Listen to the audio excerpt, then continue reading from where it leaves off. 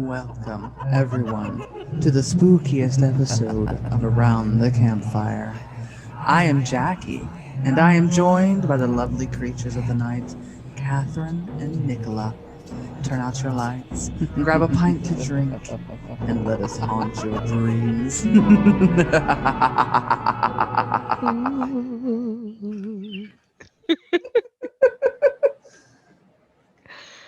Spooky. Spooky. Not so spooky. That was about as intimidating as a Care Bear. What are you talking about? Care Bears are creepy. No, Furbies are creepy. Furbies are creepy. They are. I didn't understand why. I didn't understand why people wanted them. I was just like, that is not. I don't know what that is.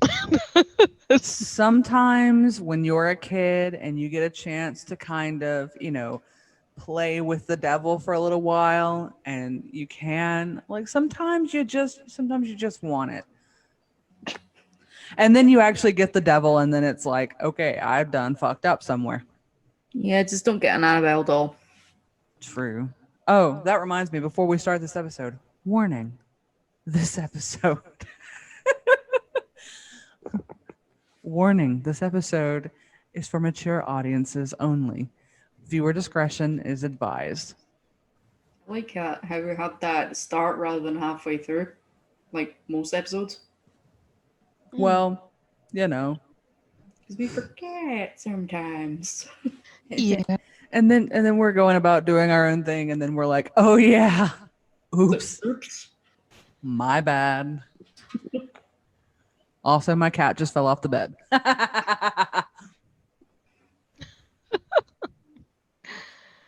Well, this weekend on Sunday was Howard and Mick's live signing that they did. It was the first one that they did.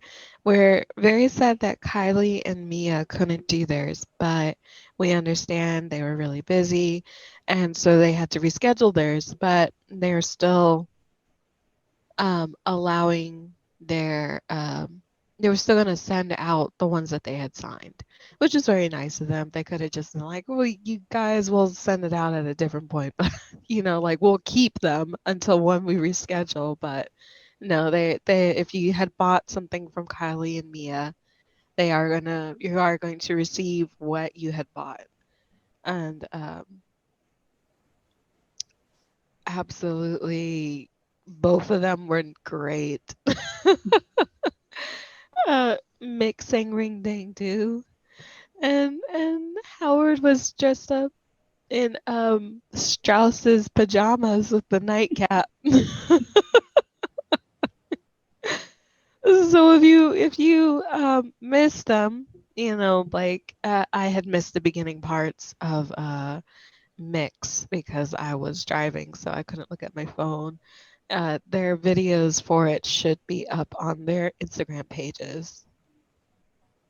And if not, then hopefully someone will do a screen recording of all of them and they will be up on YouTube.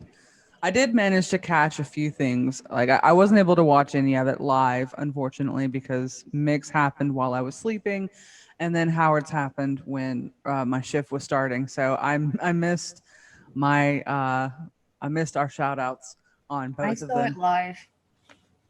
Nicola saw everything live, and she's giving us updates, and I'm like, rub it in. Just rub it in. Yes, rub it in. Damn you, Gopher. Damn you. Damn you, Gopher child. Damn you. Well, I was able to watch what I had missed though. But yeah, they were both like really good. So we were really happy that they were both successful. We were worried, that what was it? We were worried that they wouldn't get as many people as like Roger or Rob or Ben when they did theirs. Mm-hmm. But they, the turnout for it was really good because you guys are amazing, and also all of us have just been like, go, Go, Streamerly, buy this now. Be Buy it. free, my pretties. Be free. Fly, my pretties, fly. And they're like, and so yeah, so For some So, reason, yeah, I've so. got that song, and for the life of me, cannot remember who sung it. It's though we are family. That's what I've got in my head. Well, it's funny that Oh my you god, should I do not mention that. know why, and that's gonna fuck the hell out of me for the next few hours. Well, it's funny that you should mention that because on the day of recording, it is actually Red Dead Redemption 2's second birthday. yeah. Yay! And I think that we can all agree that it should be, if nothing else, a holiday within the community because it brought many of us together. It kind of helped build a kind of family unit amongst all of us. And simply put, if without Red Dead, we wouldn't be here now. Yeah. Without it, we wouldn't. Without it, we wouldn't be doing this, and we probably would have met at some point or another in some different capacity, maybe for some different game, but we wouldn't be within. I feel like it wouldn't be the same as Red Dead. No. Because one thing is for sure, I've talked to everyone, and like everyone that I've talked to outside of just the three of us, has all agreed. We've all been in many different fandoms, and like I'm not saying that toxicity doesn't exist. All you have to do is go watch one of the live streams and sit in the comment section long enough, and you'll see the toxicity come out. But this one's definitely more pure and more wholesome, I believe. Well, maybe not pure. I've seen some of your fan fiction, and I am judging some of it. Who? Not really. What? Oh, I was like, whose fanfiction? Well, it was a general you, but calm down. Oh no. I mean, if you think it's trash, my stuff is trash. No, it's not. But Oh my god. I love all the well, I would say I love all. I don't love all of it because some of it is like, oh boy. No, that's what I was saying was I was saying that the community was pure, and then I remembered some of the fan fiction and I was like, never mind, pure was not the right word I wanted. Catherine, I think I might have told Tiff or Joe that you wrote some fan fiction. Yeah, I think actually she follows me on Yeah. Tumblr. Yeah, we were talking about fan fiction, and I said, "Oh, hey, Catherine writes fan fiction," and then my brain said, "Wait, what? So you've not asked permission to say that?" And it's like, well, it's out there now. Better to ask forgiveness than permission. Yeah, so I'm sorry, Catherine. Oh no, it's okay. She's not sorry. I mean, Mia. I sent a story to Kylie. If you guys didn't know, but I sent a story to Kylie, and I also sent a story to Mick, and Jackie had told Mia, right? I write things with her character, Tilly. So Yes, I did. honestly, I feel like because I'm so weird about my writing. I sometimes I think that it's really good, and other times I'm just like, I have no idea what I'm doing. And so just in general. That's me though, just in everyday life. Like, I have no idea what I'm doing. Yeah. So I think that's why we get on. Probably. That and our tendency to randomly kill each other whenever we're online or we're on Red Dead Online. No. I do it in self-defense because I get attacked first. You just say that's a hello. I do. That is, if we're playing a game together, and I don't try to kill you at least once, then are we even friends? I was like, Again, you were stalking us as Michael Myers. oh I god, was, and you know what? That was epic. we'll definitely have to play that again. Oh yeah. I'm probably gonna level up my character. Just for everyone, we did a surprise live stream on Thursday last week, which had Jackie on it because she actually had that day available to hop on with us, and we played Dead by Daylight.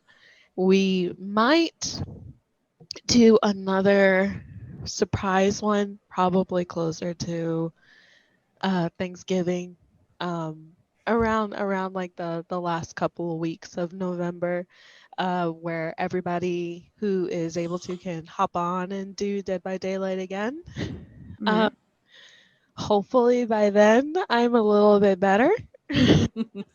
Man, look, okay, hang on. I'm gonna brag for just 1 second here on Catherine, because like anyone that has played Dead by Daylight knows that one of the hardest killers to play and to get any kind of points really is the nurse. The nurse is probably arguably one of the hardest, if not the hardest killer in the just the basic game, like none of the DLCs or anything like that. And so I was waiting for my game to download, so I was just watching the live stream like everybody else, and I saw her pick the nurse, and I was like, oh no. Oh no, this is gonna be, oh no, it's gonna be so bad. But then the other part of my brain went, I'm very curious to see how this is going to work. So I just kind of sat back and gave advice here and there. And she wiped the floor with everybody. And it was amazing to watch. If you're like a pro Dead by Daylight player of some sort, don't at me. I am not. I was just okay. No, and then Joanna has is still playing. Like I quit playing like 2 years ago, but she picked it up here recently to play with another friend of ours, and she's been actively playing. And that night when we talked, she was like, yeah, she actually legitimately got me. Like that wasn't me trying to take it easy on her. She legitimately got me. Meanwhile, there's me who realizes that I'm gonna suck and I'm here for the entertainment value. Oh no. And there's me screeching about boob jobs and getting pierced through the boob. Yeah, it's A like lot you're of boobs. obsessed with boobs or something.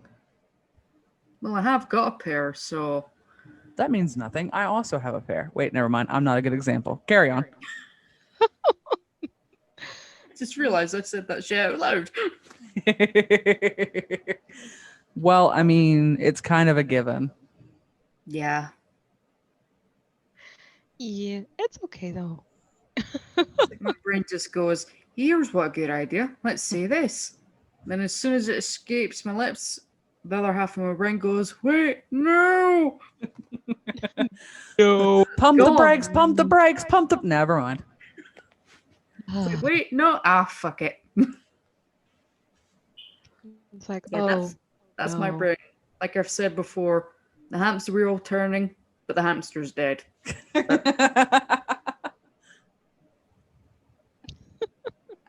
And so before we get too far, well, I mean, we're kind of pretty far away from it now, but there's one thing I wanted to say is, like, first of all, huge thank you to Mick for like all the random shout outs that we got during his live stream. Like that just every time he said our names or he said around the campfire, like that just brightened my whole day. Like I love that so much.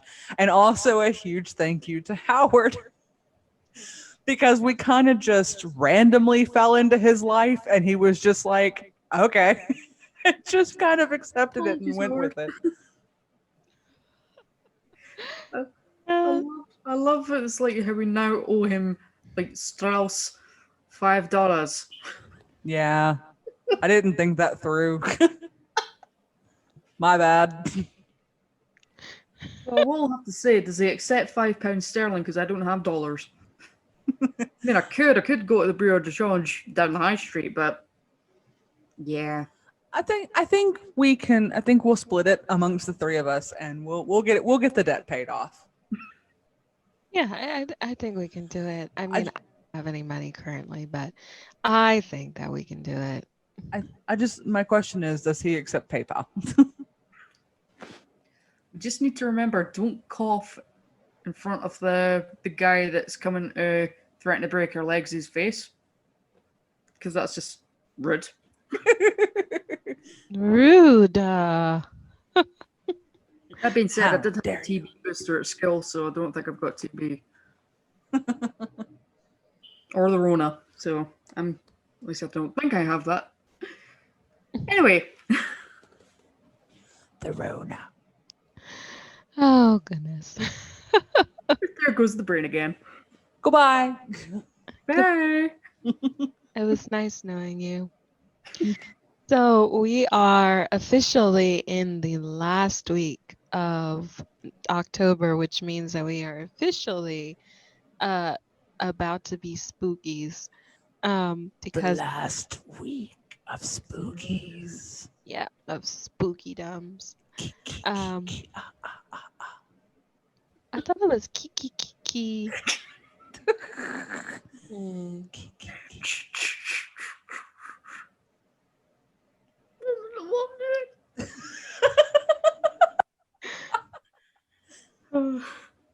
I'm over here having fun. Please stop dashing my fun, ma'am. Mom, Who? you. Me? Yes, correcting my. I thought it was. Oh, I heard that it was like kiki kiki ka ka ka or something like that, or it was something else. Somebody was just like, "No, it's not that," and I'm just like, doubtful. That should be the title of this week's episode. Is how does that sound go again? I mean, probably. It probably should be that. Hey, if that was brought into modern day, it would be. Drop that bass. Some dubstep myth.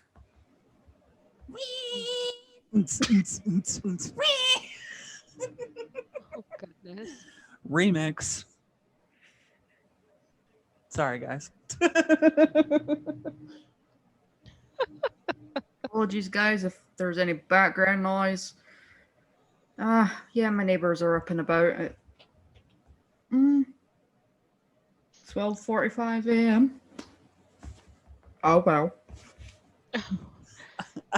Did you say oh well, or did you go wow wow as in like a guitar riff? Wow wow. Either way. Are you adding your own remix? Adults in the Snoopy cartoons. You did.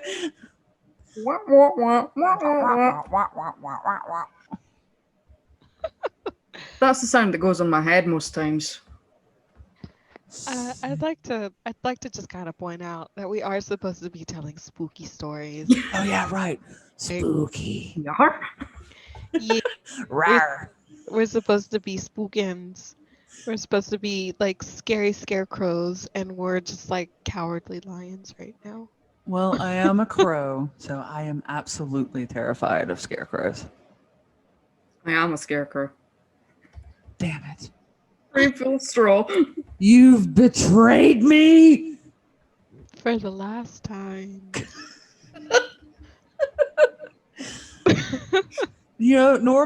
Normally it's me trying to wrangle in Catherine and Nicola to do things, and this time Catherine has turned into the mom of the group, and she's trying to wrangle cats. Oh, what are you talking about? I'm always trying to wrangle cats. Children, we're supposed to be spoopy. Yes, Mom.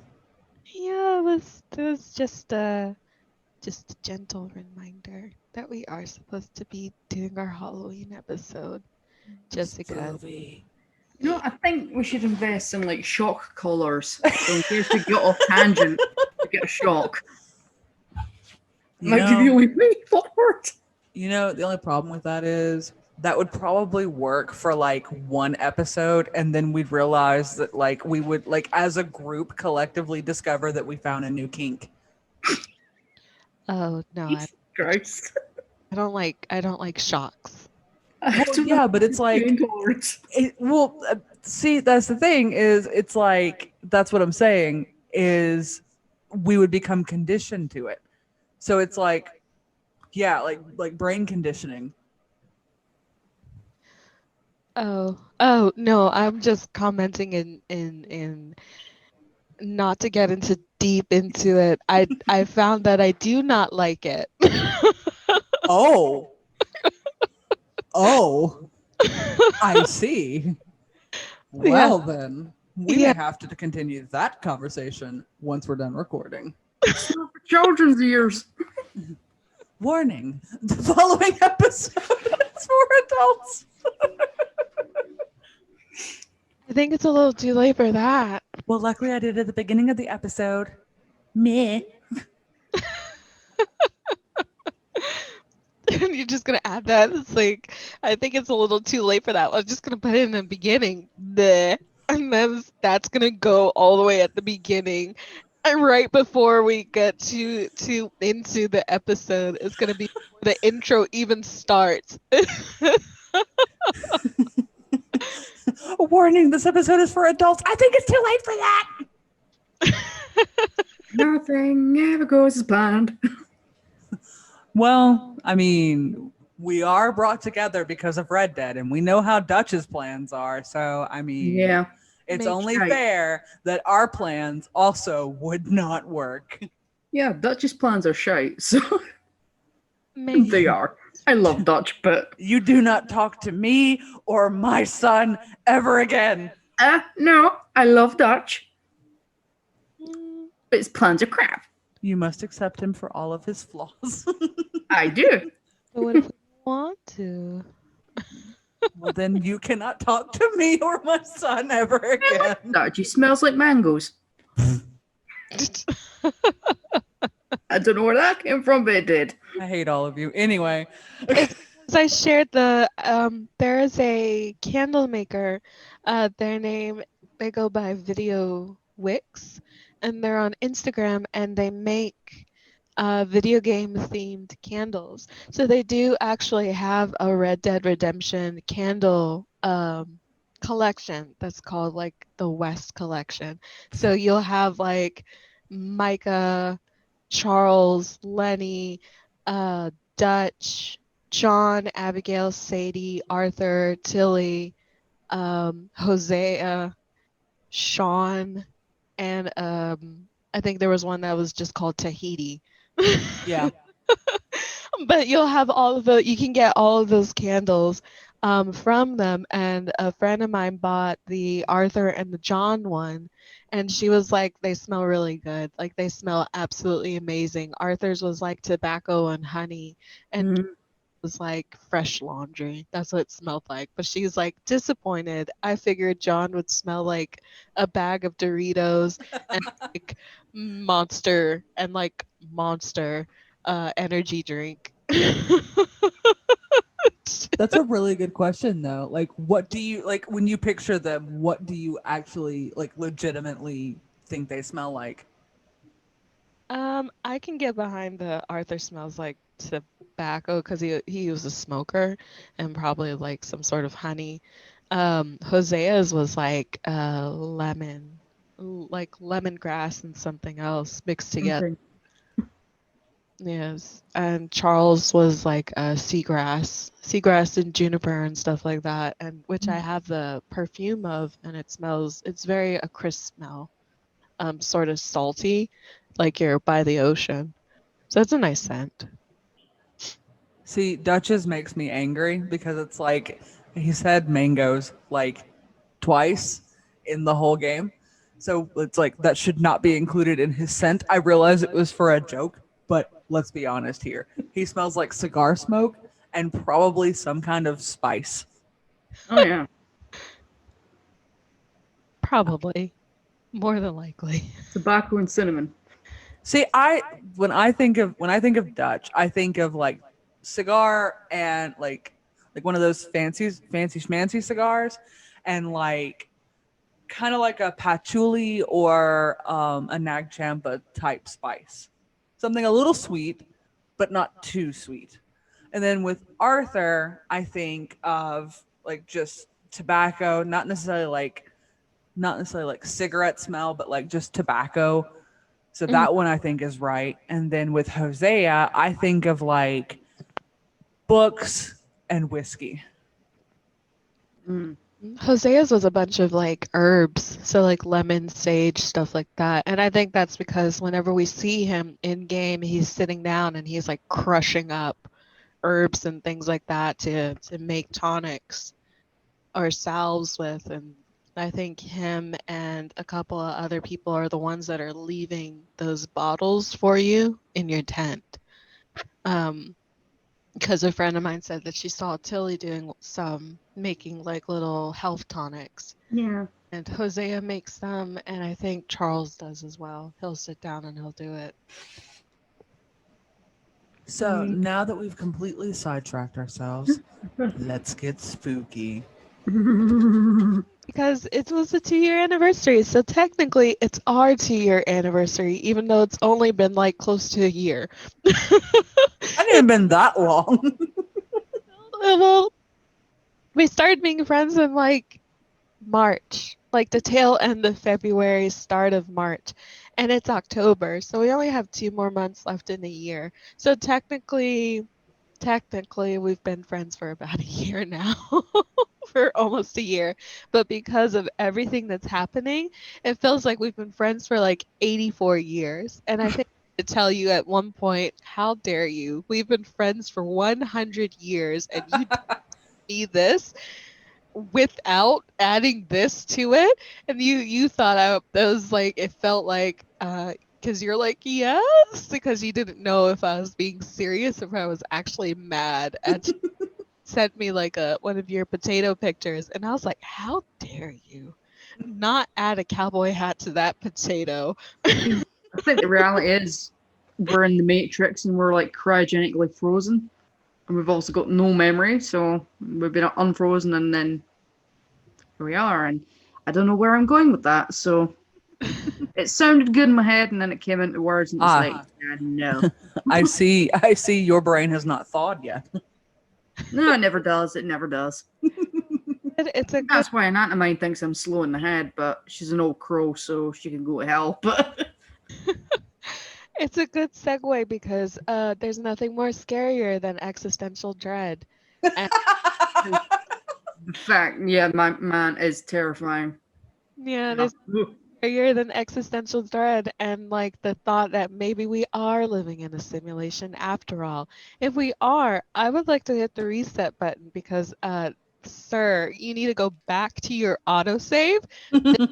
Not the path that you like to do. Go ahead and boot up that other save that you did. I know that you made another save. Go ahead and boot that one up with the other decision, not this.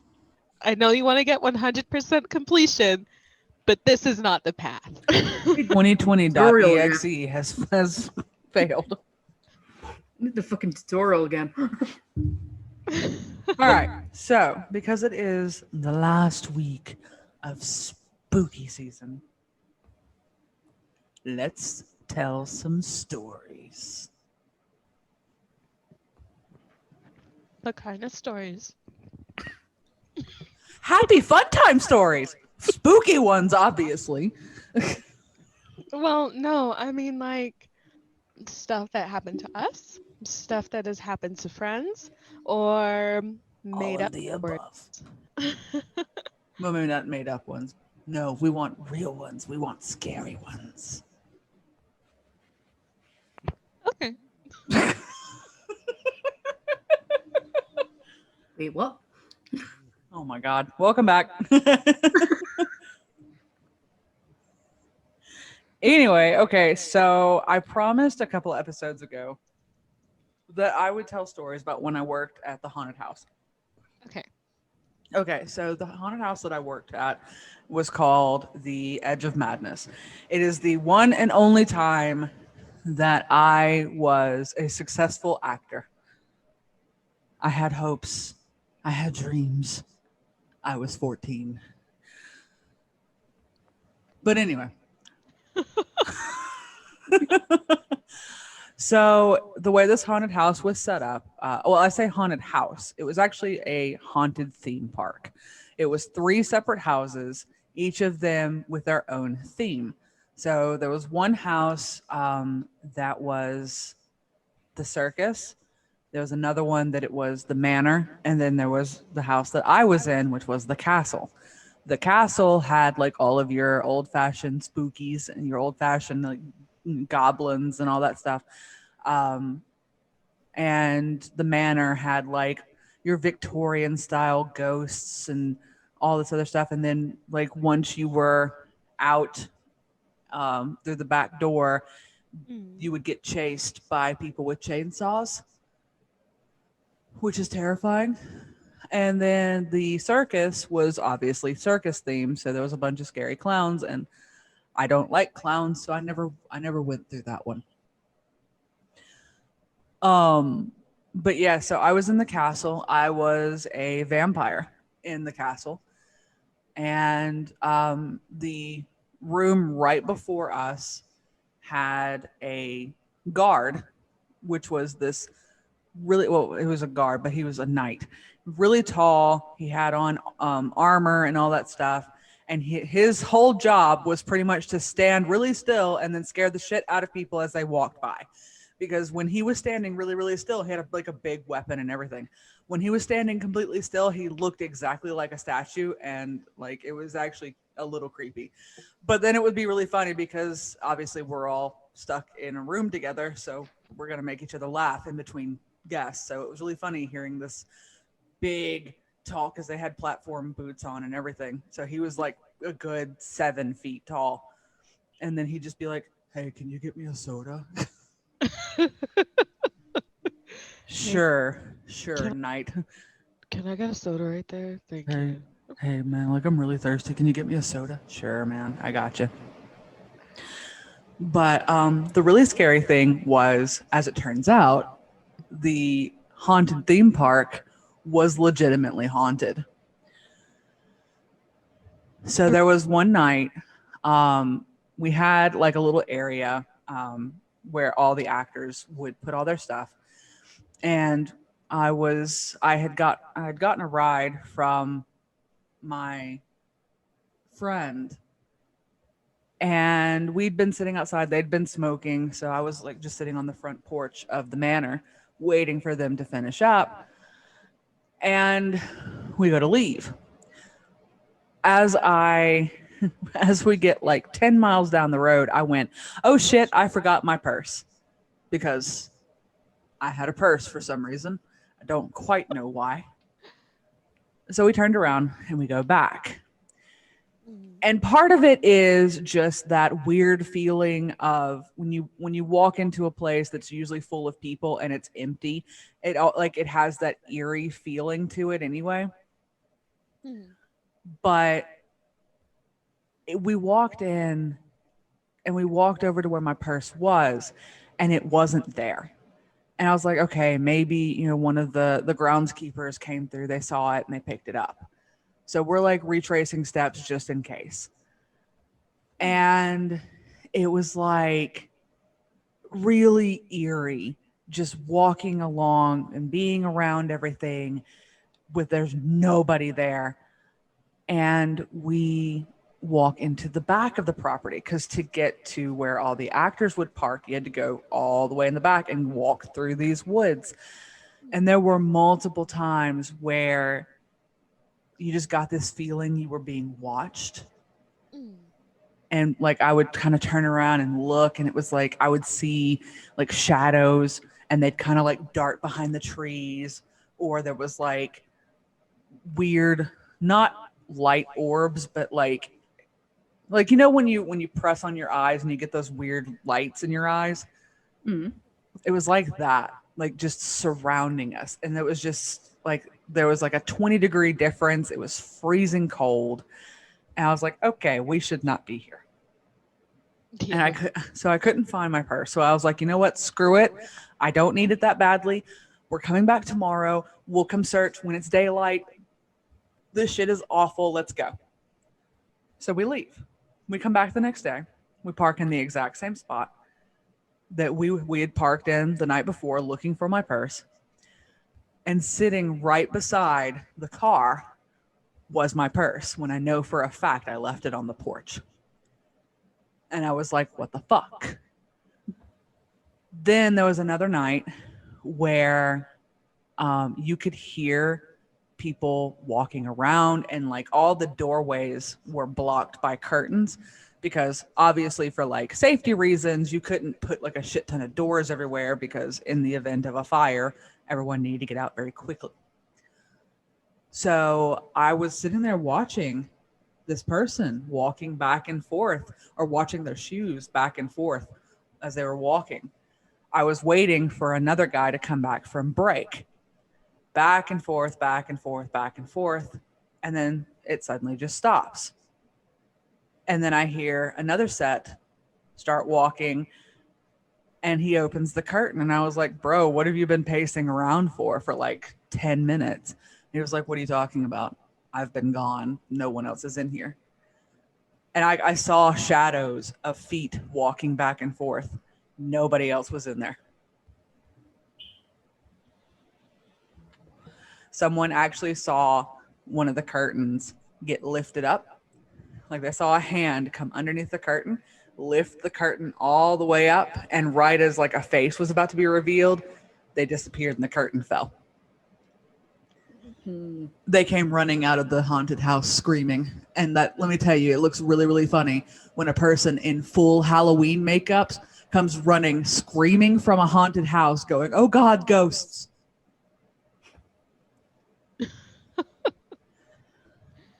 But there was one night where this is less of a weird thing that happened to me, and more of just a really funny thing.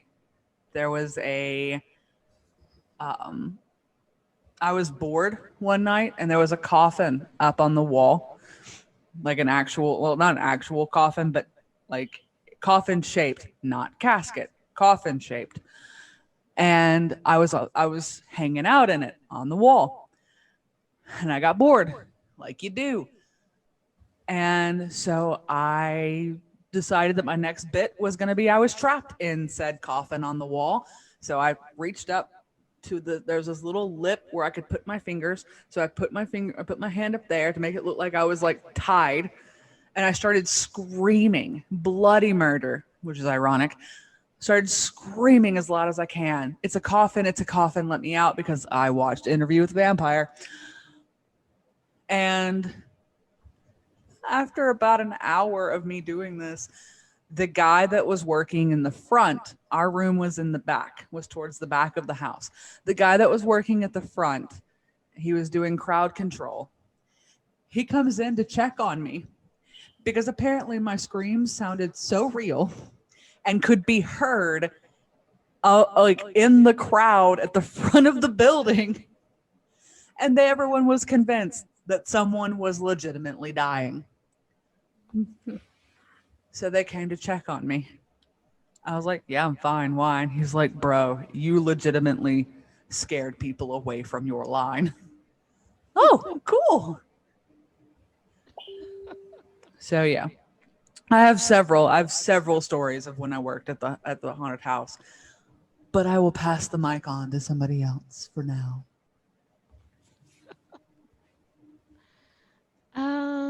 I've never worked at a haunted house before. I never really liked going to them. Well, I mean, I went to one. I think I told the story of how I went to one when I was a kid, and I didn't really like it too much.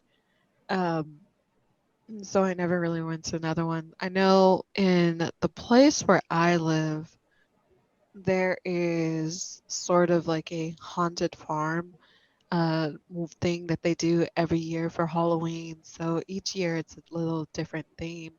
I've never been to it, but I've had other kids sort of that work there, that volunteer and things like that, just like you. When I was in high school, they would tell me sort of stories of, like, oh, well, it actually is haunted, like it actually, it's like spooky town after everybody leaves. So Mm-hmm. they'll say stories of things that are similar to what you said, where it's like, oh, I left something and I went back to go and check it, and then it was like, it's not there, it's not there anymore. I don't know where it is. But in the most cases, it just never appears until like later, and then it does appear, and everyone's just like, thank you.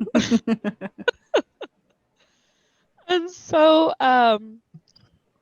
yeah, like the one that they told me was that the owner, he usually stays behind, the manager, and um, the owner of the property, I think, is the same person, but they usually stay behind after everybody has left, and they just make sure everything's shut down, and the security guard makes sure that there's nobody trying to hide in like the buildings and stuff like that, or along the trail, because they do like a little cart trail.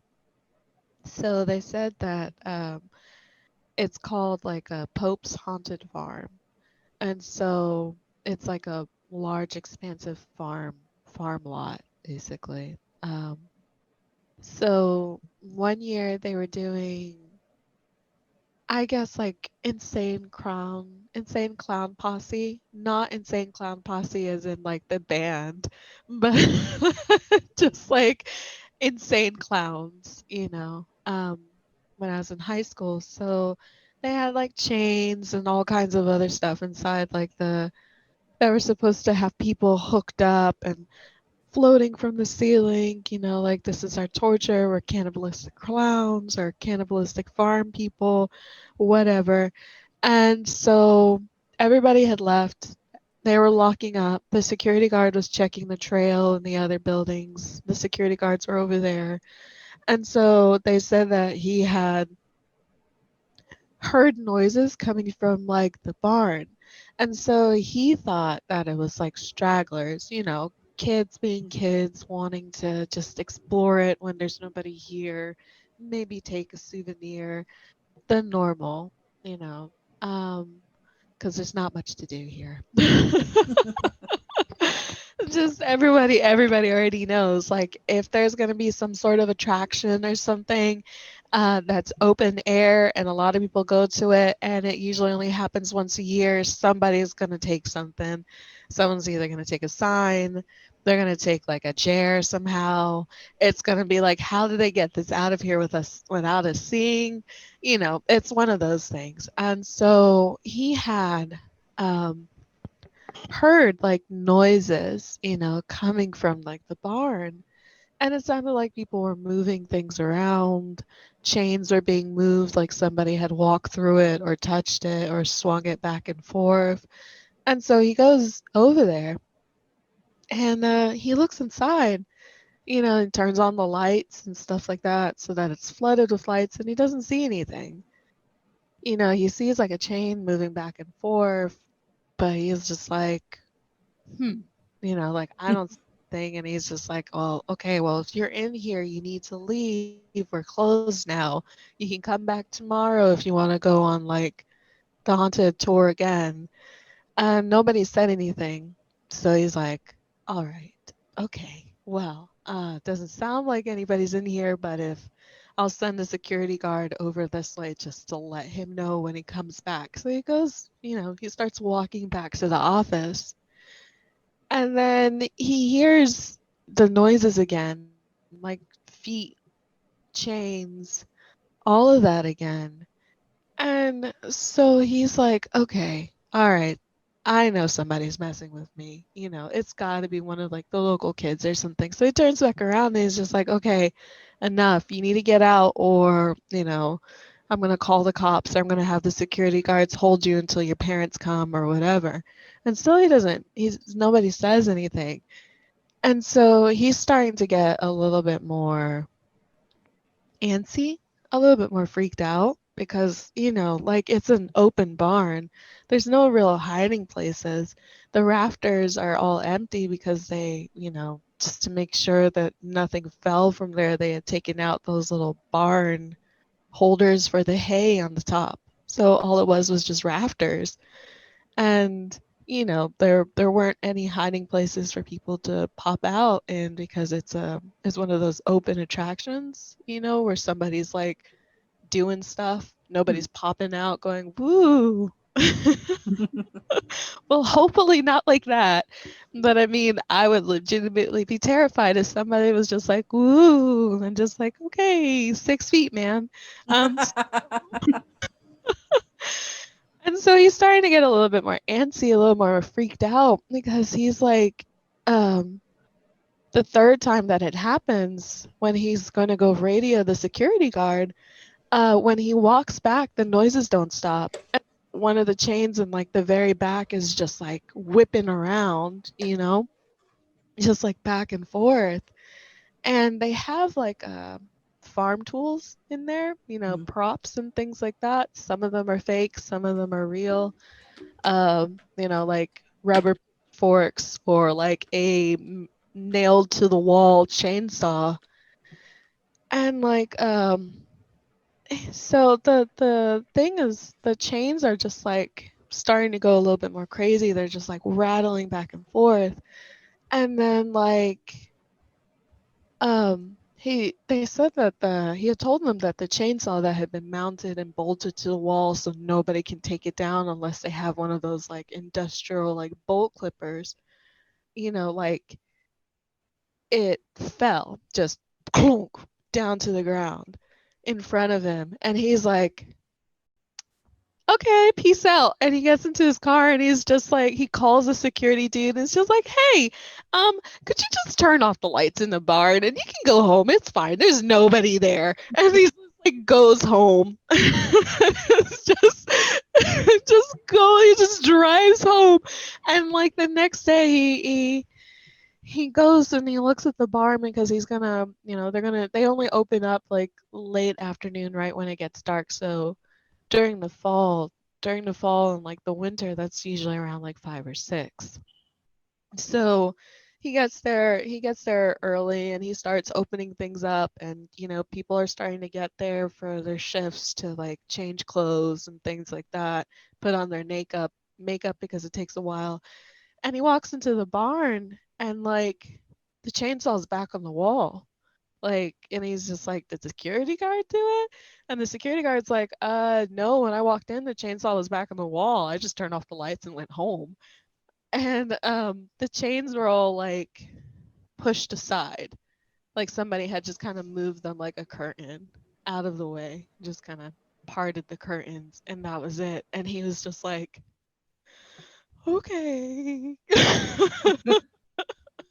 But that's the only thing that I have from like a haunted farm. The other instances of like spooky things, I guess, have happened to me, but I'm gonna pass it on to Nicola if she wants to tell something that happened to like a friend, or if she wants to tell something spooky that's happened to her.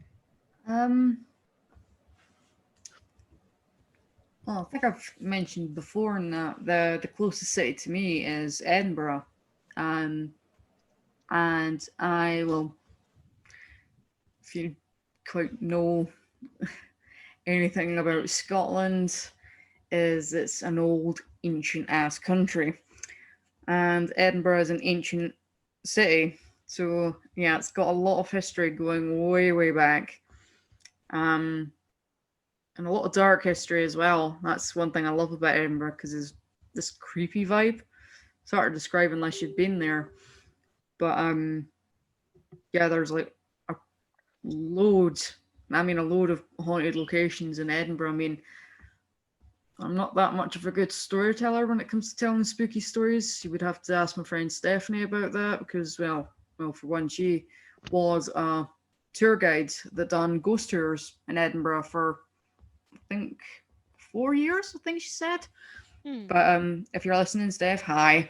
But yeah, there's there's only been a few places that I've been to in Edinburgh that would be considered haunted. I mean, haunted's subjective, really. I would say, but if you go on Google and type up anything about the Edinburgh vaults, yeah, that's the whole story about the vaults is just fascinating. It was originally these vaulted archways under this bridge. Again, my sense of history when it comes to that is shockingly bad, considering I'm a massive history geek. But like I said, Steph can tell the story better than me because it was her job. But it used to house originally traders and businesses, but then over time those businesses moved out, and the poor and underprivileged and immigrants and criminals moved in, and eventually things got so bad and conditions got so bad and they were horrific from what the record said. They sealed up the vaults because obviously people ended up moving out, people died, a lot of people died in those places. And then the vaults were rediscovered again in the late 80s, I think it was. And it's been said that ever since then, it's disturbed the spirits of the past. And there's been a lot of accounts about things that have been seen and heard in that place. And I've been down there. The vaults, there is something really unsettling down there. It's not just that you're, in these very small spaces underground. I mean, that alone's nerve-wracking enough as it is, especially if you're claustrophobic. But there's just something not right down there. And there was one instance, I can't remember when exactly, it was, I don't know, it was a few years ago at least. I was on a tour down there, and we went into one of the rooms aside, that was adjacent to, I think they called it the double vaulted room. And there was nobody in the room that we just came from, which was the double vaulted room, I think. And as per usual, I was at the back of the crowd. And just from the empty room that we just came from, I heard a whistle, like type of noise. Obviously, that's a whistle, so. But there was nobody else standing behind me. I think it was against the wall in the corner. And I remember just turning my head as if to say, I did hear that. I'm not sniffing any weird fumes that are filtering down from above. It's like, I swear to God, I did hear something down there. But no, there is rumored to be a mixture of spirits down there, from, harmless spirits to spirits that do harm. But, yes, aside from the vaults, there's obviously Greyfriars Kirkyard. And if you've heard of Greyfriars Bobby, that's synonymous with that story. But the graveyard itself is fascinating to walk around in during the day. Harry Potter fans usually tend to congregate there as well because there's a gravestone there that has the name Tom Riddle on it. And I've seen it, and I said to my friend Steph, I'd like to think that guy, who's been buried for hundreds of years, and he must be thinking, who are all these people standing over my grave? It's like, are these descendants of mine? No, they just coincidentally happen to share the name of the Dark Wizard, but that's fine. But the graveyard itself, if you ever come to Edinburgh, walk around Greyfriars, because good God, it is creepy as anything. It's like this old Victorian-esque, well, not necessarily Victorian, but it's the cemetery's been around for years, like quite a few centuries. But it's got its old mausoleums that have got skull and crossbones on it, and just really dark imagery on some of the tombs. And I think there was one headstone that said the person had been murdered. I remember thinking, okay, very blunt, but okay. But the thing that Weird. attracts, if anything, tourists to Greyfriars is the fact that it is being said to have a poltergeist, a really violent poltergeist called the Mackenzie poltergeist. Again, Google would be your friend on that because I'm a horrific storyteller when it comes to stuff like that. But I try, but I ramble, in case you've not noticed. But Yeah, but okay. no, this poltergeist has been known to attack people, and make people, pass out, convulse. It's been known to bite people, to scratch people. People come away with bruises. And the section where he's supposed to haunt is actually locked by the local council. You can't get in. I think it's only specific people that can actually have access. Because I think there's two stories that go about how the mausoleum was broken into back in the late 90s, I think. And it was either a group of kids or it was a homeless guy that broke into the mausoleum itself and broke into the caskets and awoke the poltergeist, essentially. So yeah, if you ever get to Edinburgh, there's a lot of places that I would recommend you check out. And Scotland's just got a lot of really messed up folklore, really. So that's the Celts for you. So I New think Orleans is kind of the same way in that regard. Most of Louisiana is actually. yeah, there's usually a lot of depending on where you are, there usually is a lot of dark history, just things that normally normally would have been kept hidden. I mean, I already know the fact that if I was in 16th century Edinburgh, I would have been burned as a witch. Being redheaded alone would have doomed me, so. That's true. Yeah. Okay, I guess it's back to me now. Yeah, well, I mean, we're going around the circle. Around the campfire, you say? Yep. There's some spooky stories around. Name drop. Spooky. Shameless plug.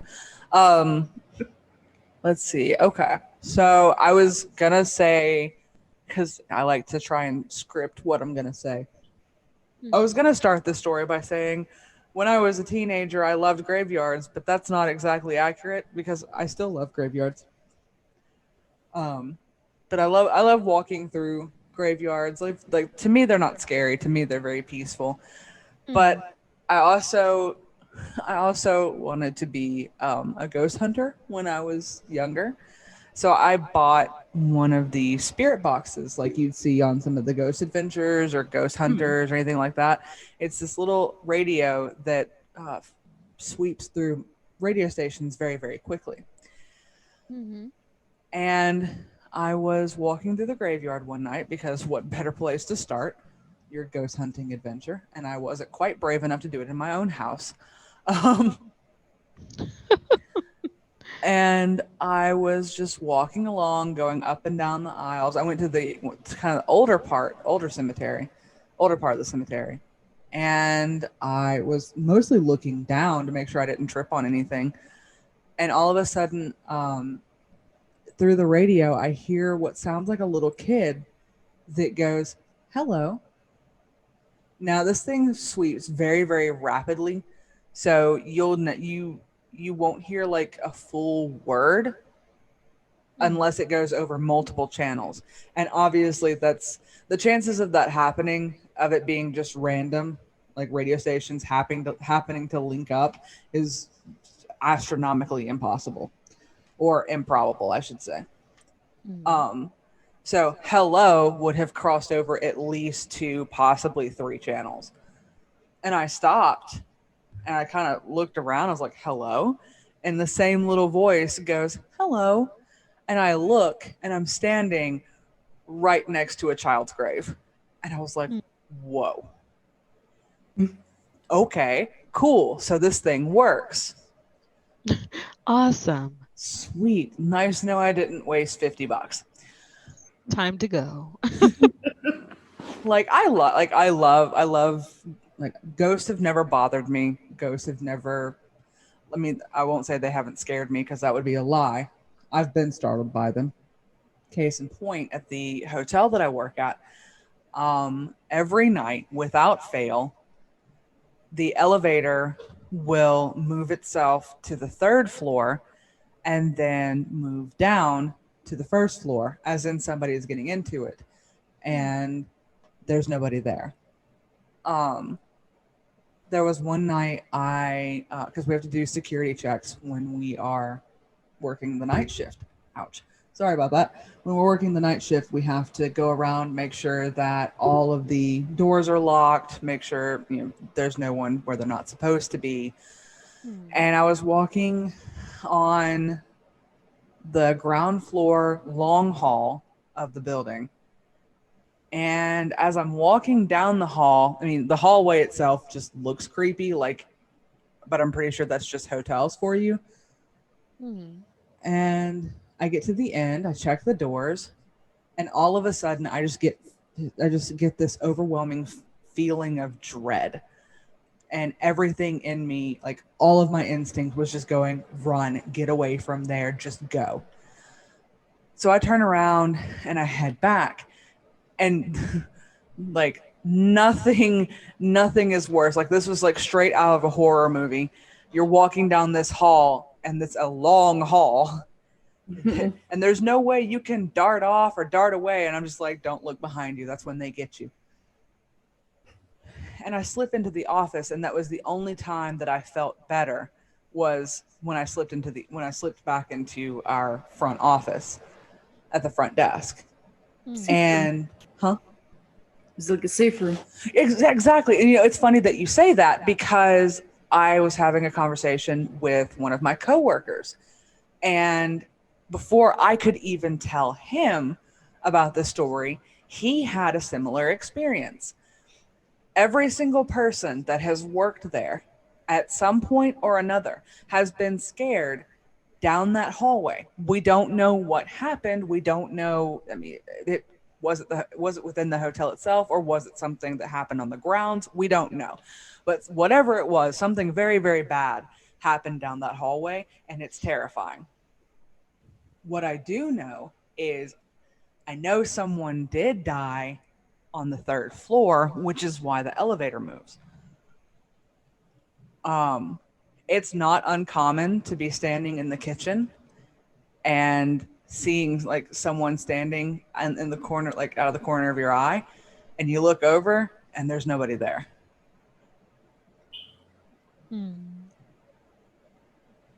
Yeah. I just oh gosh. I've had stuff like that happen to myself and my sisters. We've just kind of gotten used to it. I know for some it will sound a little crazy, but for others it's like this is something that spiritualists and things like that happen, but like the belief of being sensitive to certain aspects of like things that you can't explain is stuff that is a regular occurrence with me and my sisters. We all just experience different things, but in different ways. So I'll see stuff, or my sister will hear something. So for myself, it would just be like, oh, okay. I'm gonna disturb you if you don't disturb me. You know. So we used to live in an apartment before we moved. When we had come back here from being in another state, we had moved back to Georgia, and we had lived in this apartment. And we all sort of, my family and I, it was okay. It was a nice apartment complex, but weird stuff had started to happen, maybe a year probably into us staying there. Um, my mom started to have like really weird and very vivid dreams that she never had before of like, um, oh, the walk-in closet, because they had two walk-in closets in the master bedroom for some reason. But one of them, she's just like, I don't like being in here. And like that closet was like, she'd always have dreams of people standing in the closet, and it's always tinged in red, just straight red, like somebody had turned on like one of those red lantern lights, And she didn't like that. And she told us after the fact, after we had moved, um, because I have three sisters. So I have two older sisters and one younger sister. At the time, my younger sister hadn't been born yet. So it was just three of us, and it was just 3-bedroom apartment. So my parents had the master bedroom, and then we would have to double up, you know. We would double up, and one of us would get like our own bedroom, and the other one would get the other one. So I had shared with my middle sister, who's older than me by like a year or two. I had shared while my eldest sister had her own room. So my sister, she doesn't wake up very easily. When it's time to get ready for school, my mom would have to literally spray her face with like water, like she was a cat. And I was scratching the furniture just for her, just for her to wake up. And be like, okay, it's time to get up, go get ready. And my sister would be like, all right, awesome. And she'll go back to sleep. So she was constantly like close to being late for school. And so one day, she was like, okay. So my mom had walked into the room, and she was like, it's time to wake up. And she touched her shoulder and she told her that it's time to go, it's time to wake up, time to get ready for school. So my sister was like, oh, okay, all right. So she gets up and she goes and she starts getting ready. She grabs her clothes, she takes them to the bathroom. She's like, oh, it's still dark. I guess my mom has, wanted me to get up early so then I can, since I'm the one that takes the longest to get ready. So she's like, okay, okay. So she's starting to get ready, and then she catches a glimpse at the time. And the time is like 4 o'clock in the morning. And she was like, why 4? Because we don't usually get up until around like 6:30, 7 o'clock, because we didn't have to be at school until like 8:30. And so she was like, it's 4 o'clock in the morning. And she was like, I'm gonna go back to sleep. I don't know why my mom woke me up 2 hours earlier. And so she goes back to sleep. And when she wakes up in the morning the next day, well, not the next day, but when she wakes up in the morning later, like closer to the time that we usually do, she asked my mom, like, hey, why did you come into my room, and like wake me up at like 4 in the morning? And my mom was just like, I wasn't home. I work at the hospital from like 3 to 7 in the morning, from like 11 at night to like 7 in the morning, because she works at a hospital. And she's like, I wasn't home. The only people that were home were your older sister and your younger sister and your dad. And my sister was just like, oh, okay, awesome. And for myself, it was like I had several stuff that had happened there. Like I might see somebody in the living room, just kind of like walk by. And so at night I just wouldn't look into the living room, because I'm just like, you do your own thing. As long as you don't come up this hallway, I don't have to do anything. So I just wouldn't look down the hallway, and I'd go straight into the bathroom. I'd use the restroom. I'd come straight back out and just avoid looking, because I was just like, it's not so much that I was scared. I just didn't want to get in contact with anything. Just because I'm just like, nobody really is going to believe me at this point. My family will, yes, but at this point, nobody is just going to believe me that I'm seeing stuff. They're going to think that I'm seeing things because I have something. There's something else wrong, you know.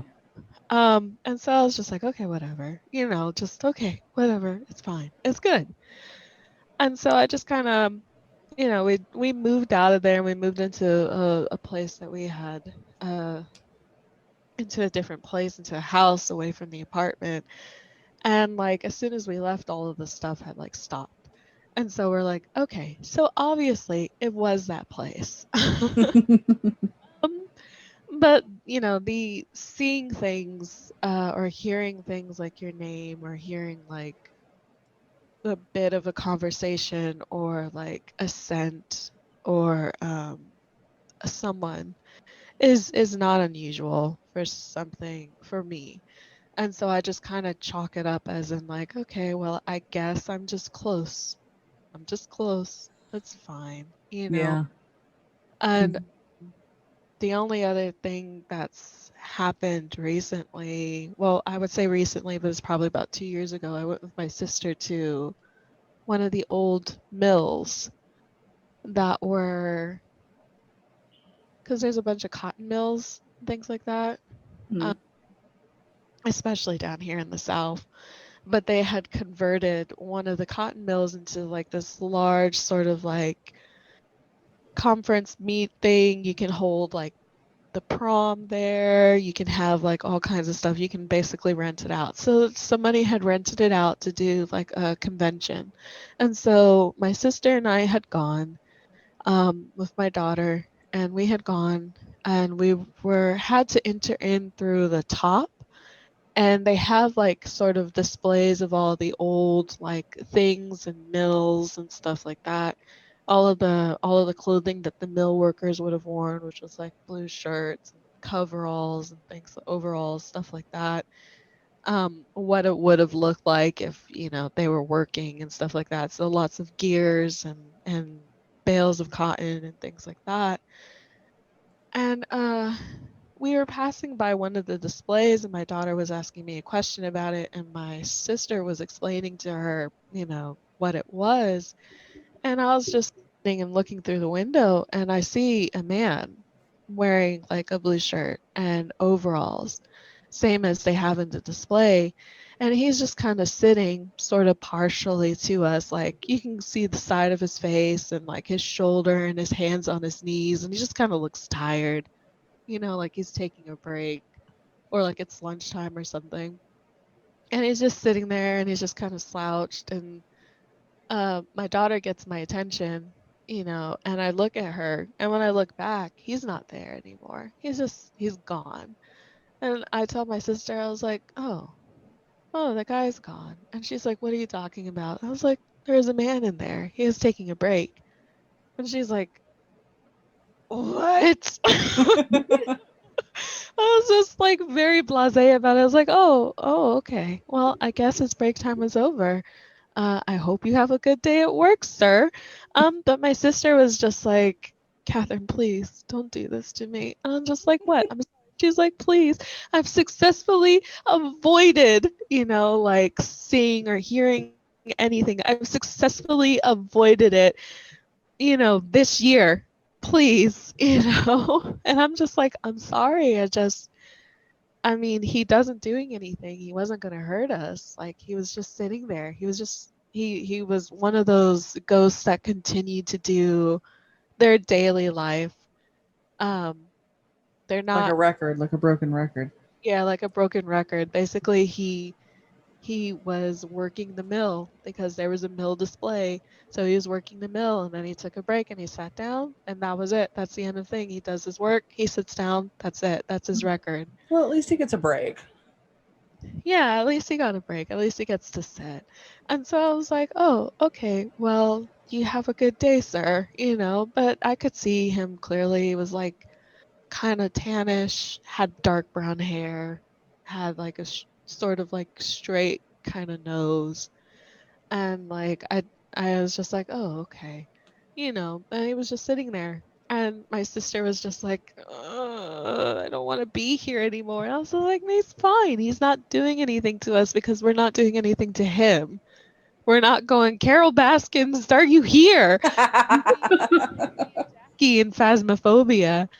And so, yeah. Yeah, I was just gonna say, if we're playing Phasmophobia, you're having an EVP meter. Okay. Let's see. Nicola, do you have This anything way, else? if we're playing that game, I would be the first one to die. Oh, God. Leave the van, never mind that. So Sorry. But yeah, my partner was looking at one of the people that was playing with Markiplier, Wade. He was looking at his version of the video. So he had gotten to the episode where Mark had died to like and so he's just like, "Oh, we got to get Mark." But then they go and they try the front door and the front door was locked and they couldn't get in. They're like, "Oh, no, he dead." is that when Mark went back into the house to retrieve something and he got killed? Yeah, he had taken a camera in there and he was gonna go, or he was gonna go retrieve the camera and he was gonna go drop something off, and then the door locked and all you hear, if you watch Jack's version, all you hear is like a very muted ah. That's what happened. Jack and Wade were at the door and they were trying and they're like, "Oh, we can't open it. That means like the ghost like activity is really strong." And because like one of their other teammates had died already. Bob, I think, had died already.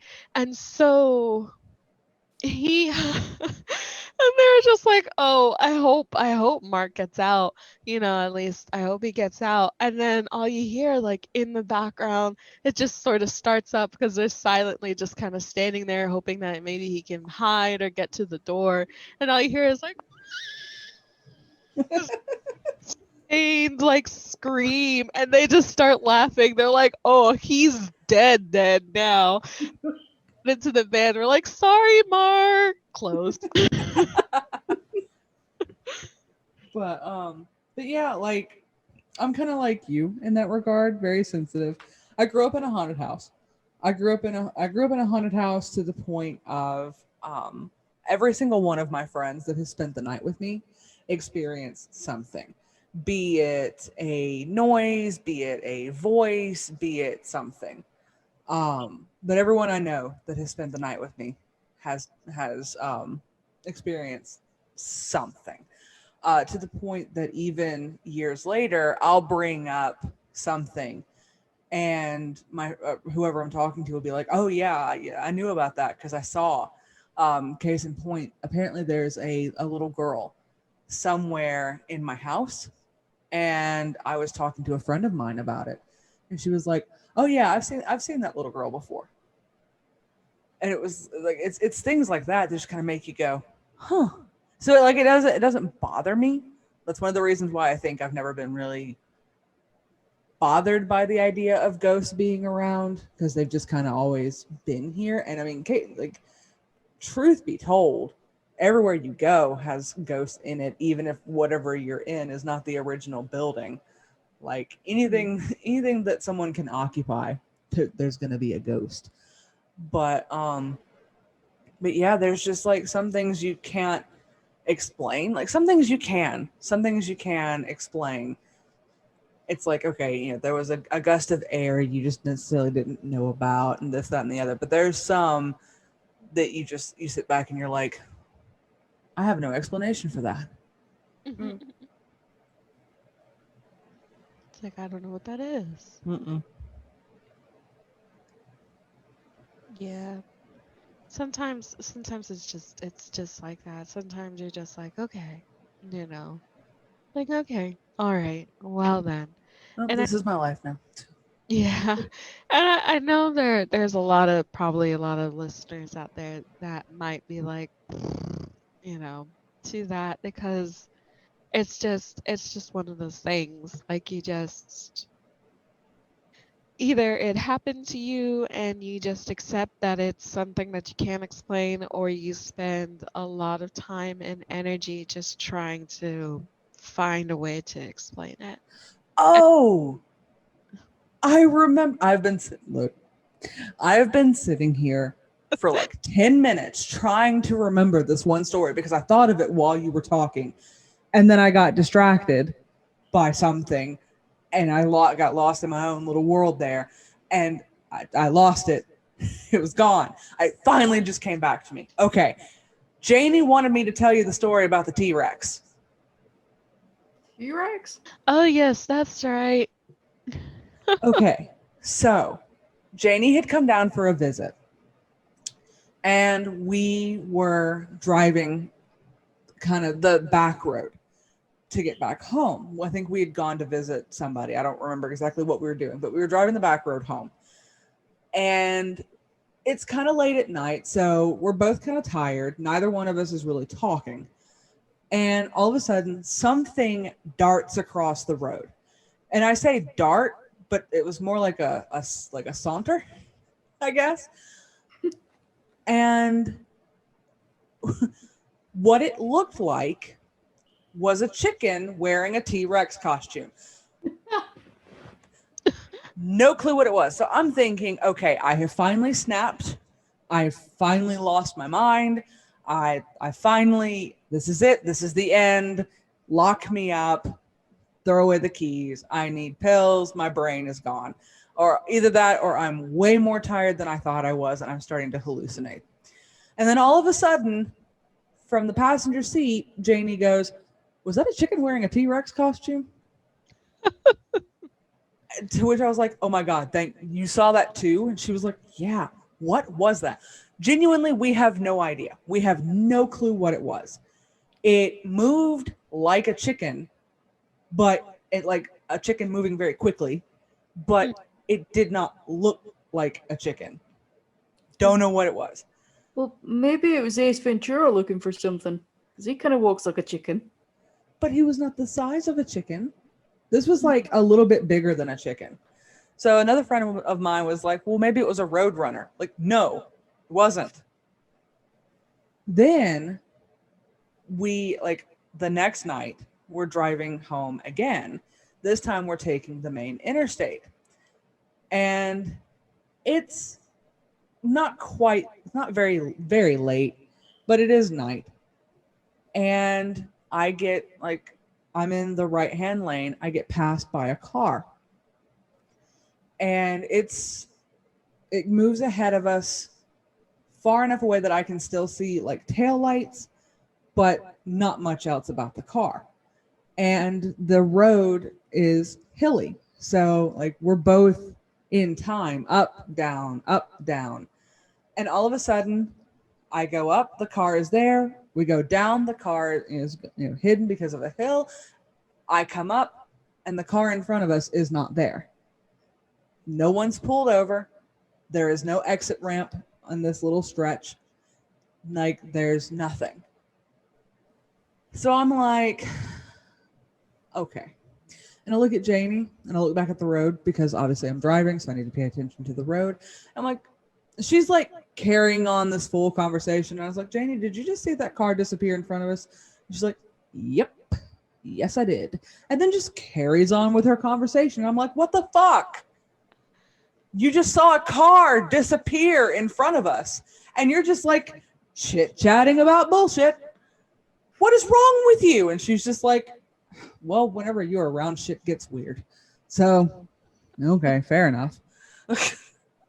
Yeah, sometimes it's just best if you just like, okay. Just all right. Okay.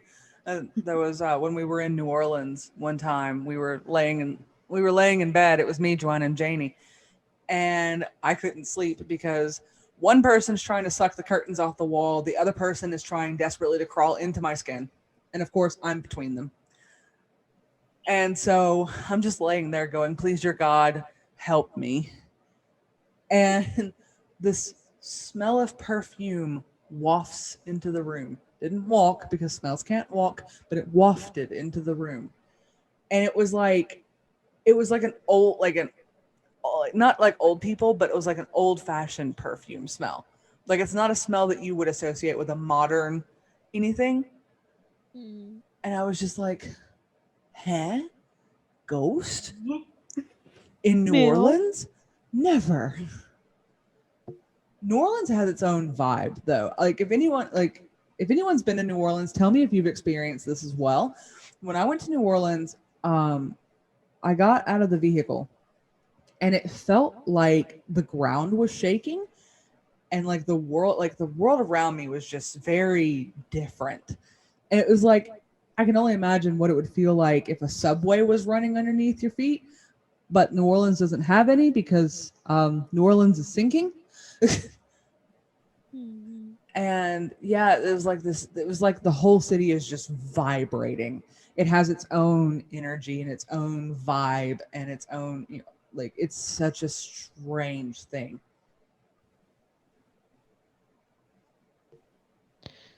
It's just it just is. It's like, Life is strange. yeah. I mean, sometimes sometimes it's just how it is, for these type of things. It's just, yeah, we're just kind of like, I don't know. I don't I know. I guess sometimes we're really close and sometimes we're not. And sometimes, it's just places have their own memories. Mm-hmm. And it's for anybody who says no they don't, I'm just like, well, why don't you go, if you can, go back to maybe the first place that you lived, like the first city that you lived, or the first house or apartment, or look at old photos. Like, they hold memories. If you pick up like a blanket or something that you had as a kid that you remember using, you'll have memories of yourself holding that blanket and taking Mm-hmm. it wherever you go. Or, going past your old house and you're just like, oh yeah, I used to run around in the yard, or that's where like my friend's dog bit me, or that's where like I got my first kiss. Like, places hold memories. And so I wouldn't be surprised if, like, that's why I'm not surprised when you may see like a ghost or something, or when you may hear something or something strange happens and you're just like, okay, well, obviously this is an echo or a memory of like something that happened in the past, or something that maybe have happened recently, Mm-hmm. not necessarily in the past. So, Nicola, I kind of took over your turn on accident, and I'm really sorry. Did you have any other stories you'd like to share? No stories in general. I was just gonna say is like if I was a ghost and I was to like leave an imprint on the house, chances are it would either be me asleep on the couch or standing confused at the fridge, trying to figure out what to have for my dinner. That would be me. I think an embarrassing one. Can you imagine if you're if you had to get like an imprint to be a ghost if you were on the toilet? Oh, poor Elvis. Yeah, yeah. See, look, my one wish is that I never want to die in a hotel because I do not want to haunt a hotel. Like, can you imagine the things you'd have to witness as a ghost in a hotel? Like, ew. Like, it's bad enough being a living person working in a hotel. Can you Hmm. imagine? And like this like all their really crazy business happens behind closed doors. We only have to hear about it afterwards. Sometimes it spills out into the lobby, but like as a ghost who like died in one of these rooms, like you'd be trapped there having to watch all this awful shit. No, thank you. You're like, Banging on the wall saying, "Quit shagging." I've literally told every single coworker, if you're standing next to me and it looks like I'm about to die, drag me outside so I'm not trapped in this building.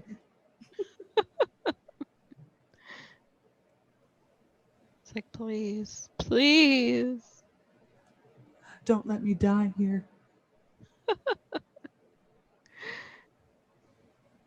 Totally understandable. Besides, nobody wants to die at work. I always said if I died at my old job, I would just, my sole purpose would be just to haunt the manager. I think if I was a ghost though, I would just be not necessarily like a vengeful poltergeist. I would just be like doing really inconvenient shit, like taking all the shoelaces out people's shoes, and opening and closing the windows, putting the toilet roll around the wrong way. Just like really mundane, really things that would irk people. And it's like, again, it's like, who's lifted up the toilet seat? I swear I put it down. It's like, no, you didn't. All you hear is disembodied. Oh, what was it? That lady is just like, who didn't flush the toilet? Disgusting. Disgusting. Disgusting.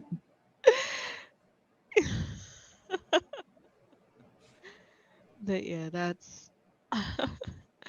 I mean, I don't think I have anything that I want to say anything that I can remember at the moment. I think we may have reached the end, or maybe we're close to the end. Oh, we've gone over twice. Oh, we got over twice. It's an extra long spooky.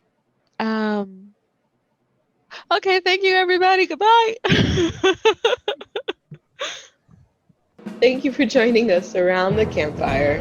We'd like to thank Brett Van Donsel for providing the music, and you can find more of him on his website at brettvandonselmusic.com. You can find us on Twitter at CameoGang1899 and on YouTube at Around the Campfire Podcast. This is Catherine, riding off, and we'll see you around, Cowpoke.